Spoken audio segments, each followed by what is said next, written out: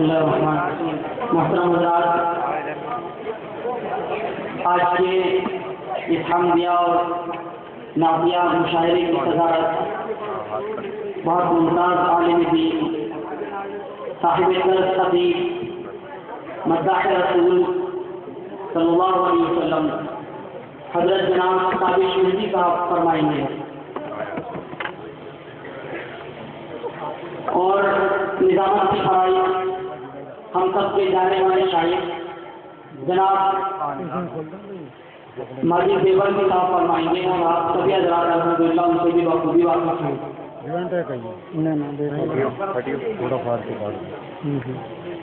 سامعین کرام، یہ بستی بھولت اپنی تاریخ کے لحاظ سے بڑی اہمیت کے حامل ہے۔ اس کی قدیم 800 سالہ تاریخ کے اندر تاریخی اوراق پر بڑے بڑے کارنامے ثبت ہیں۔ کوئی میدان ایسا نہیں ہے جس میں یہاں کے پروردہ حضرات نے کارنامے انجام نہ دیا ہو، چاہے وہ تصوف کا میدان ہو، چاہے وہ علم و ادب کا میدان ہو، اور اسی طریقے سے بطور خاص تفسیر، حدیث، فقہ، ان میدانوں میں اس بستی کے رہنے والوں نے خدمات انجام دی ہیں۔ اسی طریقے سے اردو زبان و ادب کے اندر بھی اس بستی میں خدمات پائی جاتی ہیں، اور خاص طور پر قدیم تاریخ میں عربی اور فارسی زبان کی بڑی اشاعت اس بستی سے ہوئی ہے، اور درجنوں کتابیں ایسی ہیں جو اس بستی سے اٹھنے والی شخصیات نے لکھی ہیں، جن میں سب پہلے حضرت شاہ ولی اللہ محدث دہلوی رحمۃ اللہ علیہ کی ذات عالی ہے کہ حضرت شاہ ولی اللہ دہلوی رحمۃ اللہ علیہ نے عربی زبان میں بھی تصنیفات کی، فارسی زبان میں بھی تصنیفات کی، اور خاص طور سے حضرت شاہ صاحب رحمۃ اللہ علیہ فارسی اور عربی دونوں ہی زبانوں کے قابل کلام شاعر تھے، اور دونوں ہی زبانوں میں حضرت شاہ صاحب رحمۃ اللہ علیہ کے اشعار موجود ہیں، اور دو رکھنے والے حضرات بڑے لطف کے ساتھ ان اشعار کو پڑھتے ہیں اور بطور ہمارا ان اشعار کو پیش بھی کرتے ہیں۔ اسی طریقے سے حضرت شاہ عبدالعزیز محدث دہلوی رحمۃ اللہ علیہ کے قابل کلام شاعر تھے، اور اسی طریقے سے اس بستی کی تاریخ میں بڑے بڑے علماء اولیاء اللہ ایسے پیدا ہوتے رہے ہیں جنہوں نے اپنے اپنے دور کے اندر کارنامے انجام دیے، اور اپنے اپنے دور کے اندر اس بستی کا نام روشن کیا۔ یہی وجہ ہے کہ تاریخ میں کوئی بھی تذکرہ ہوتا ہے تو اس میں اس بستی کے علماء کو فراموش نہیں کیا جا سکتا۔ نامور مورخ اور سیرت نگار مفسر اسلام حضرت مولانا علی نقوی رحمۃ اللہ علیہ نے ایک بار یہ بات فرمائی تھی کسی میں غالب اکیڈمی میں، جب افغان دعوت اسلام نمبر ہے اس کو افتتاح کیا جا رہا تھا، یہ بات فرمائی تھی کہ جناب رسول اللہ صلی اللہ علیہ وسلم کی بعثت سے لے کر آج تک تاریخ اسلام کی اگر چند شخصیات کا نام اکٹھا کیا جائے اور ان میں صرف 4 نام جمع کیے جائیں تو ان میں حضرت شاہ ولی اللہ محدث دہلوی رحمۃ اللہ علیہ کا نام ضرور سے ضرور شامل کیا جائے گا۔ یہ وہ شخصیت ہے جو اس بستی کے اندر پیدا ہوئی، اور اس کے علم و فن اور اس کے کارناموں کا پوری دنیا لوہا مانتی ہے، اور الحمدللہ یہ بستی کبھی علماء اور فقہاء سے بانج نہیں ہوئی،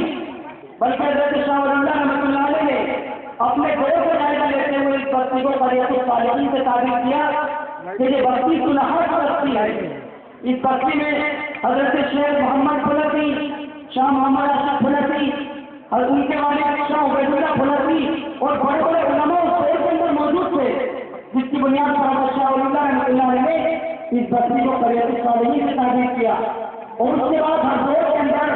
اس طرح کے علماء موجود رہے اور پائے جاتے رہے۔ آج کے نشست جو شعر و ادب سے تعلق رکھتی ہے، مجھے اس کی طرف اشارہ کرنا ہے۔ فلک کی قدیم روایت کے مطابق اس بستی میں ہر مہینے کم از کم شہری نشستیں ہوا کرتی تھیں، اور ہر ہفتے بعد شعراء فلک سے تعلق رکھنے والے تھے وہ شعراء کسی بھی گھر کے اندر جمع ہوتے اور وہاں پر وہ شیر رشتے کر لیا کرتے. خاص طور سے 1953 میں بازار کے پیچھے محل میں بڑا مشاعرہ منعقد کیا گیا جناب حافظ انیس صاحب کی نامت پہ, اور میاں خانوں کے صدر ہوئے اور وہ مشاعرہ منعقد ہوا, اور اس کے بارے میں بتایا گیا کہ اس وقت انتظامات بہت مستقل تھے, اس لیے گیس کی لائنوں کا انتظام کیا گیا اور وہ مشاعرہ فجر کی نماز تک چلتا رہا, اور بطولی اور اطراف جو پھلس میں ہیں وہاں کے لوگوں نے اس کے اندر شرکت کی تھی, بڑی تشریف کی گئی تھی. 1953 کے بعد پورے 60 سال کے بعد ایک مختصر سی کوشش پر ہم نے آپ حضرات کو جمع کرنے کی یہاں پر کوشش کی ہے. اس مشاعرے کے اندر جن شعراء کے نام آئے ہیں وہ تمام شعراء پھلس سے تعلق رکھتے تھے. حضرت مولانا برہان الدین احمد صاحب پھلسی,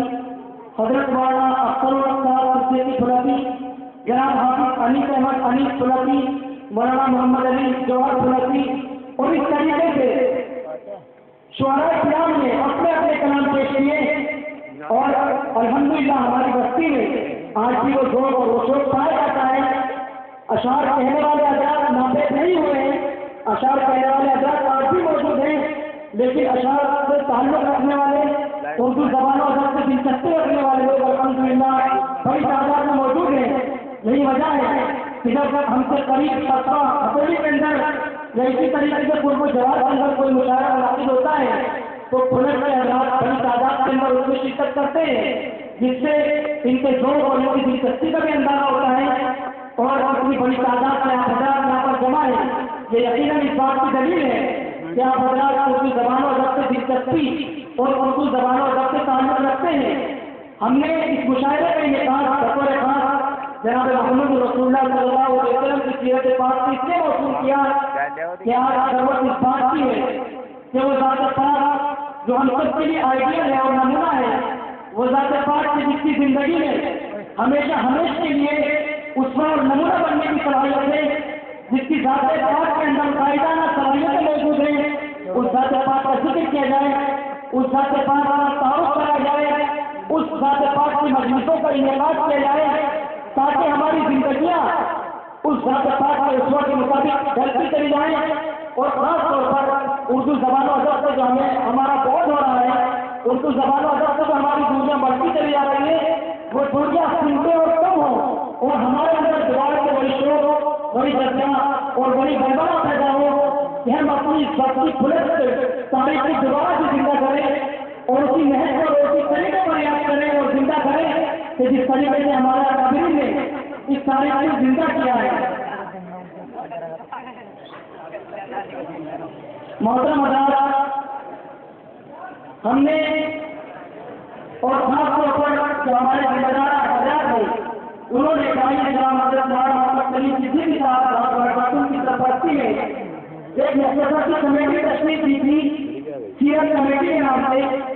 جناب ڈاکٹر مسرور اللہ پھلسی کو صدر منتخب کیا گیا اس وقت موجودہ پردھان سے 6 سال پہلے, اور ہم نے چھوٹے چھوٹے پروگرام اس کے تحت کرنا شروع کیے. الحمدللہ کئی پروگرام اس کے تحت اصلاح معاشرہ اور سیرت نبوی کے موضوعات پر یہاں پر ہو چکے ہیں, اسی میدان میں اسی بازار کے اندر, اور بڑے کامیاب پروگرام سے ہم نے داعی اسلام حضرت مولانا محمد سلیم صدیقی صاحب رضی اللہ عنہ سے درخواست کی کہ ایک شہری نشست بھی ہو جائے, اور حضرت والا دعوت برکاتون نے ہماری اس دعوت کو قبول فرمایا, اور اسی وقت اشارہ دیا کہ جناب ماجد دیوبندی صاحب اور جناب ڈاکٹر ثابت مہندی صاحب کی جب بھی ملاقات ہوگی